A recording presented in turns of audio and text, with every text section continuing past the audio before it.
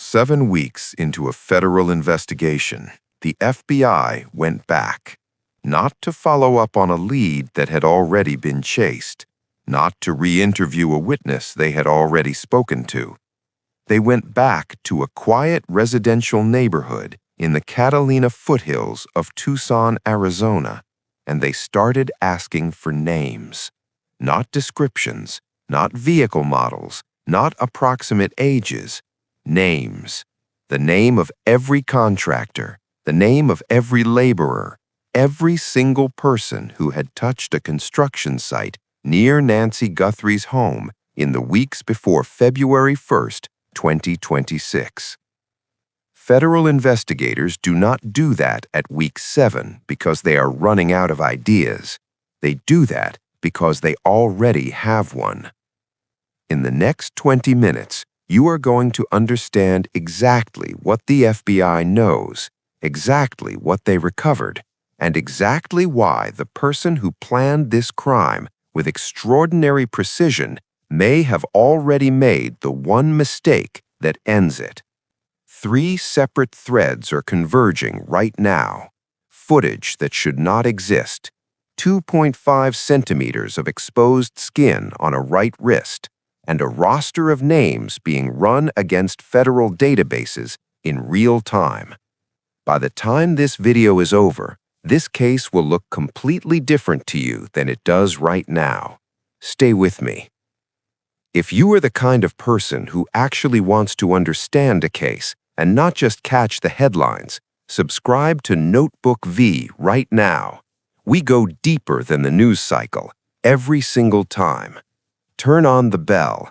When this case breaks, you will want to know the same day it happens. Now, let us go back to the beginning. Nancy Guthrie is 84 years old. She is a woman of deep faith, a mother, a grandmother. She is not a public figure. Most of the country only knows her name because of her daughter, NBC Today anchor Savannah Guthrie.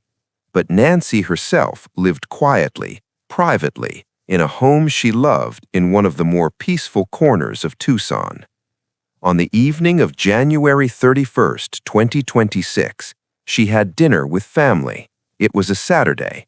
Nothing about it was remarkable. Her son-in-law drove her home afterward.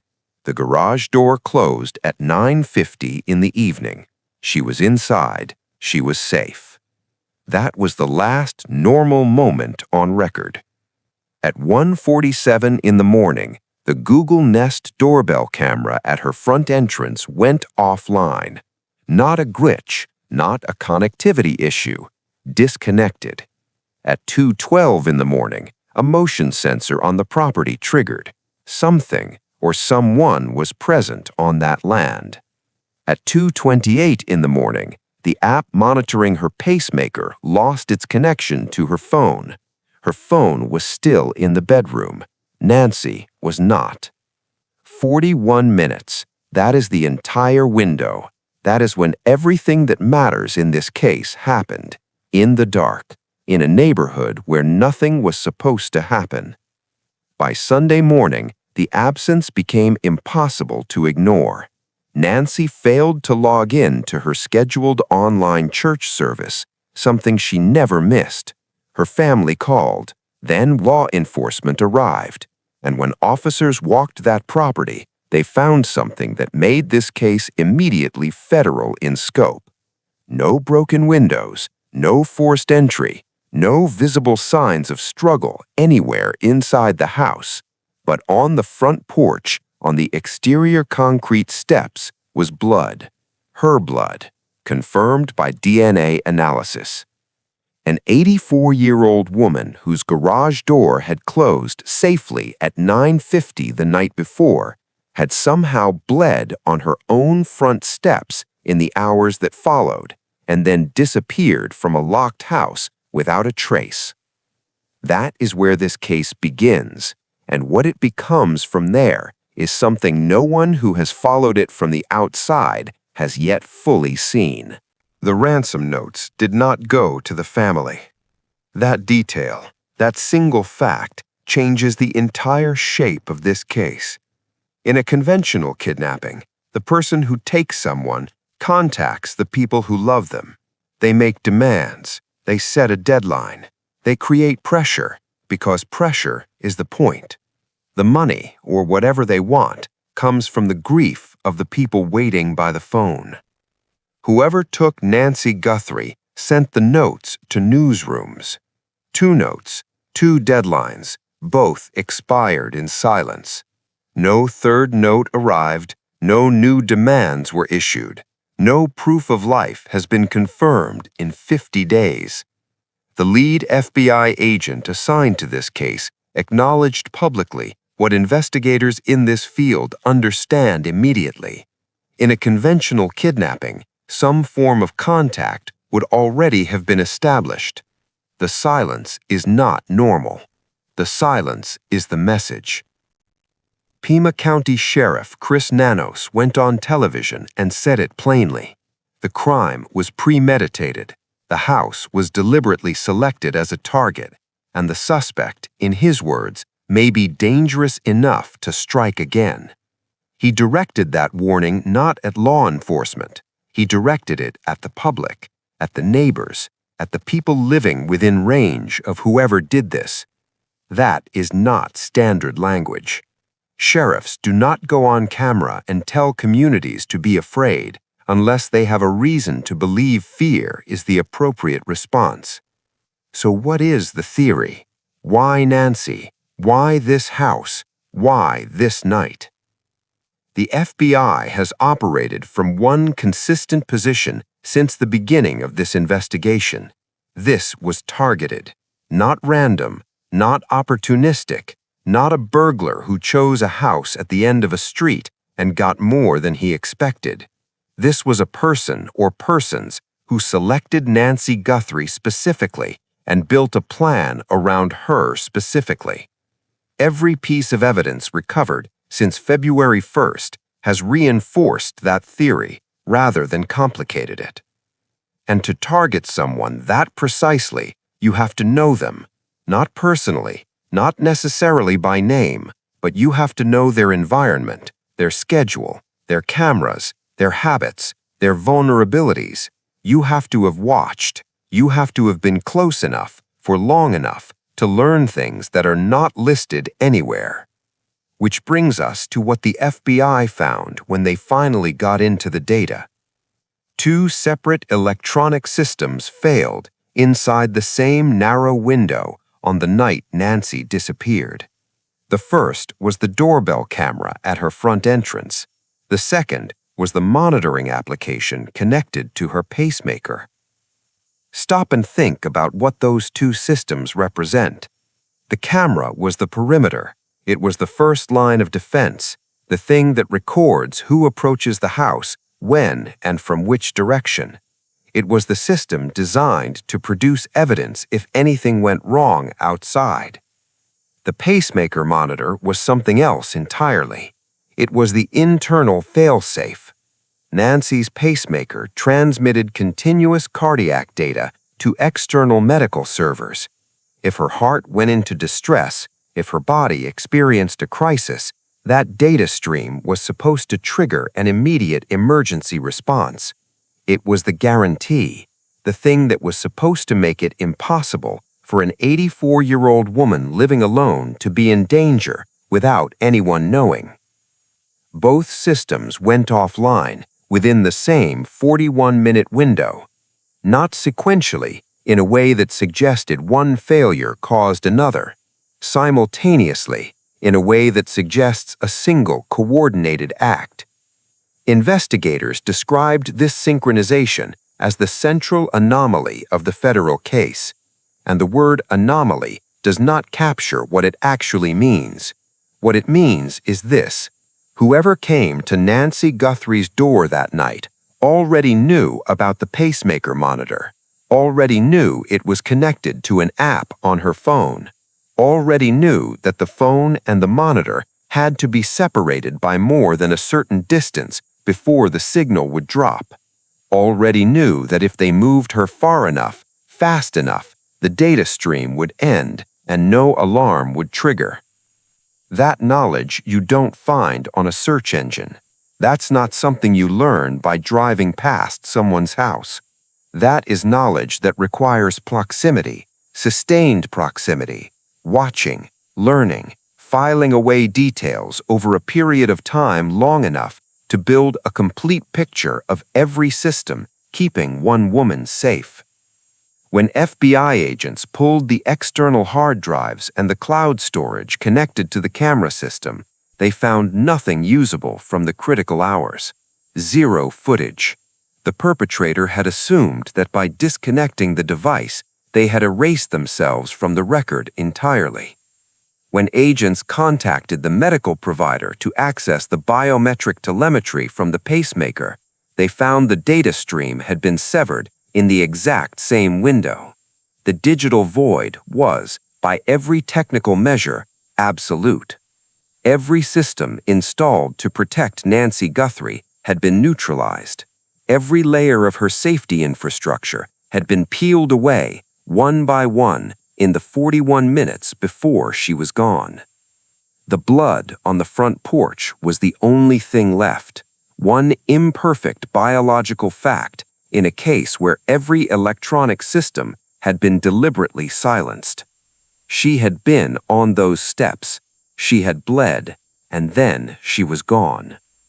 That is the crime as it appeared on the morning of February 1st. And it would have been nearly impossible to investigate if the perpetrator had made one assumption that turned out to be wrong. He thought he had erased himself. That is the assumption that may end this case. He disconnected the camera. He covered the lens with his own hand, deliberately, precisely, with the practiced calm of someone who had thought through every angle in advance. He knew where the device was mounted.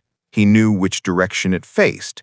He approached from the correct angle, and he raised his arm and he blocked the view, and he believed, with what must have been considerable confidence, that he had just removed himself from the record entirely. What he did not know was that the company's servers had already cached a fragment, a residual sequence of image data stored not on the local device he had disabled, but on a remote server he had no way to reach. 9 days after Nancy Guthrie disappeared, the FBI disclosed that they had worked directly with the technology company to extract that metadata. What they recovered were image frames that by every technical expectation should not have existed. He had not erased himself. He had left a ghost. The footage shows a masked individual approaching the front entrance of the property, balaclava pulled down over the face, tactical gloves on both hands, a hooded jacket with the hood up, a generic hiking backpack, approximately 25 liters, the kind sold at any large outdoor retailer in the country, a holstered firearm visible at the waist. And then, the detail that tells you everything about the person inside that clothing. He raised his arm and covered the camera lens with his open hand.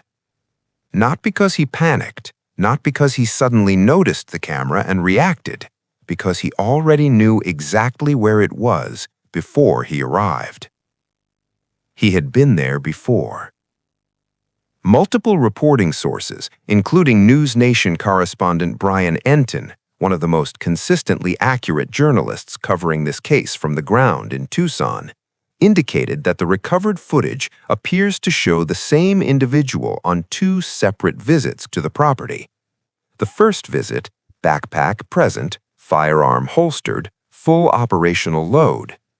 The second visit, no backpack, no visible weapon. 2 appearances, 2 different purposes. The interpretation among law enforcement analysts is not complicated. The first visit was reconnaissance. The second was the night itself.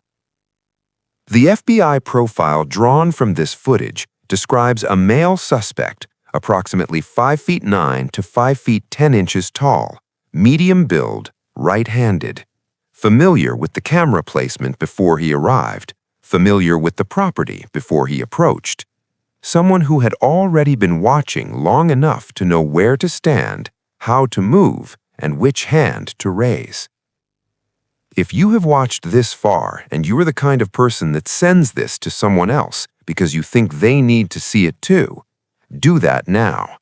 And if you have not subscribed to Notebook V yet, this is the moment. Every video on this channel is built the way this one is. The research, the timeline, the connections that the news cycle moves past too quickly to explain. Your subscription is what makes this possible. It matters more than you know. Now, the footage was significant, but it was not the thing that made investigators stop breathing.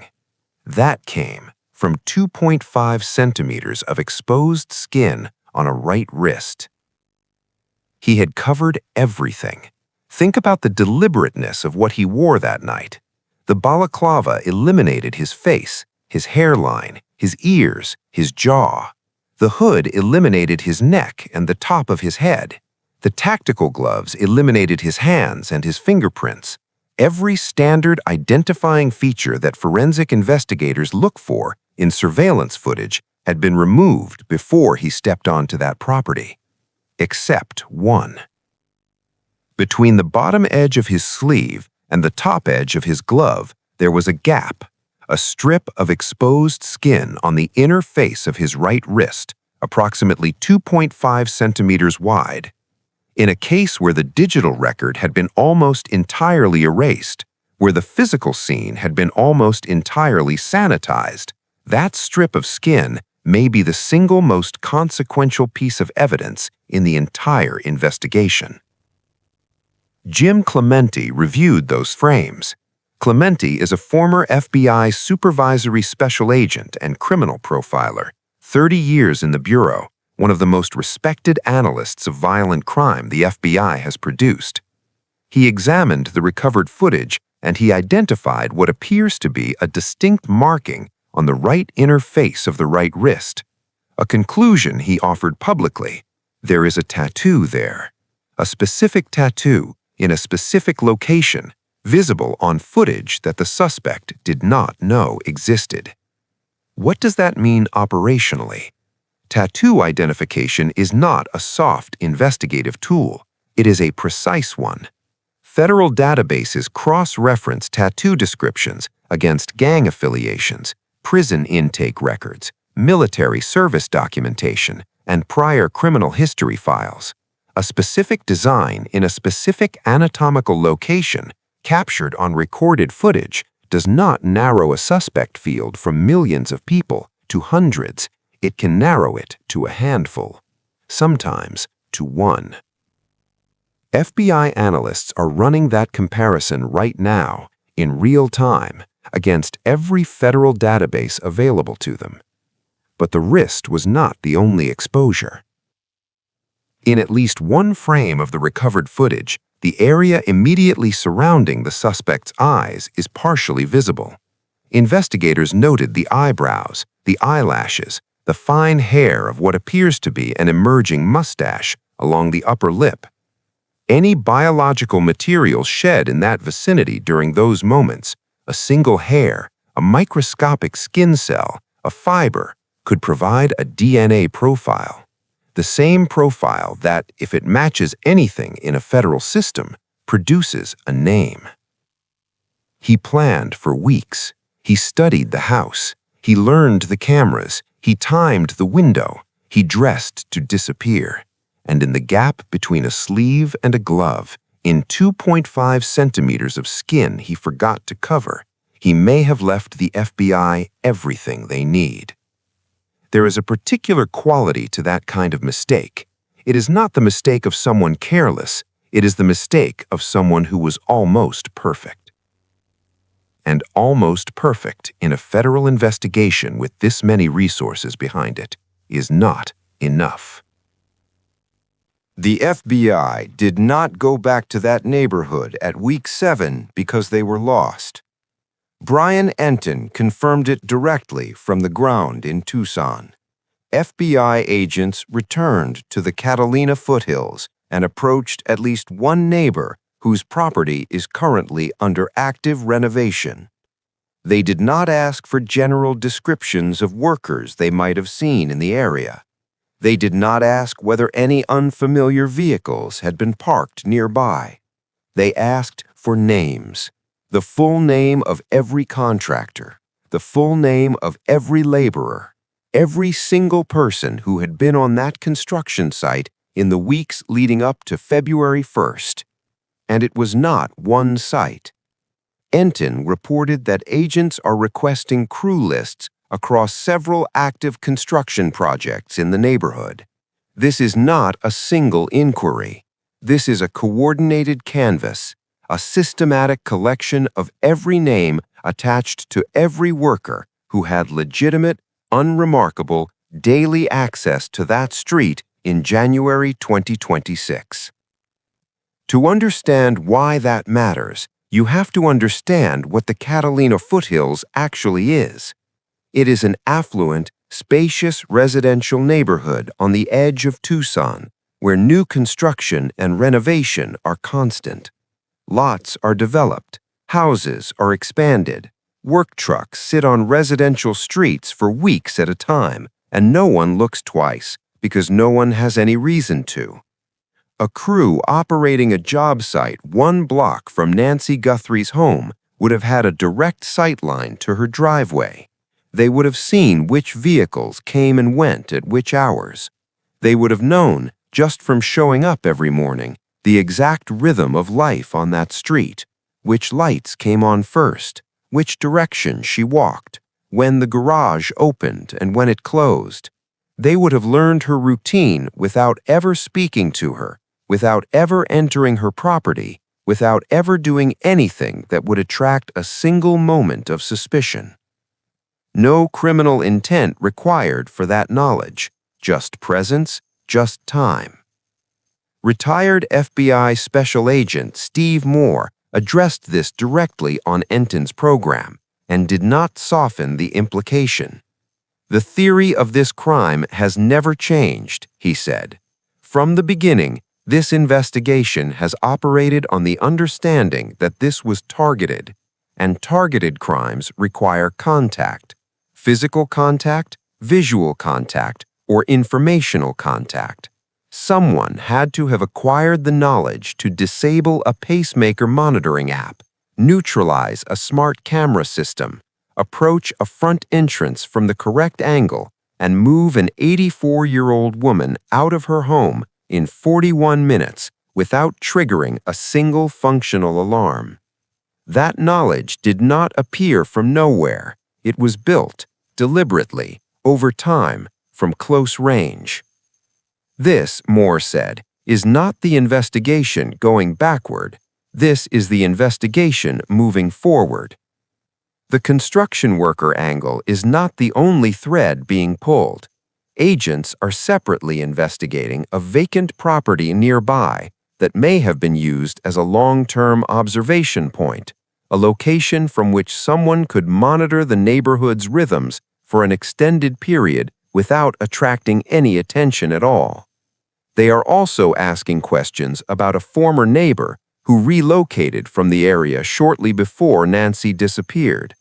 Multiple threads being followed simultaneously, all converging on the same central question: who had sustained, undetected eyes on that street in January 2026, and what did they do with what they saw?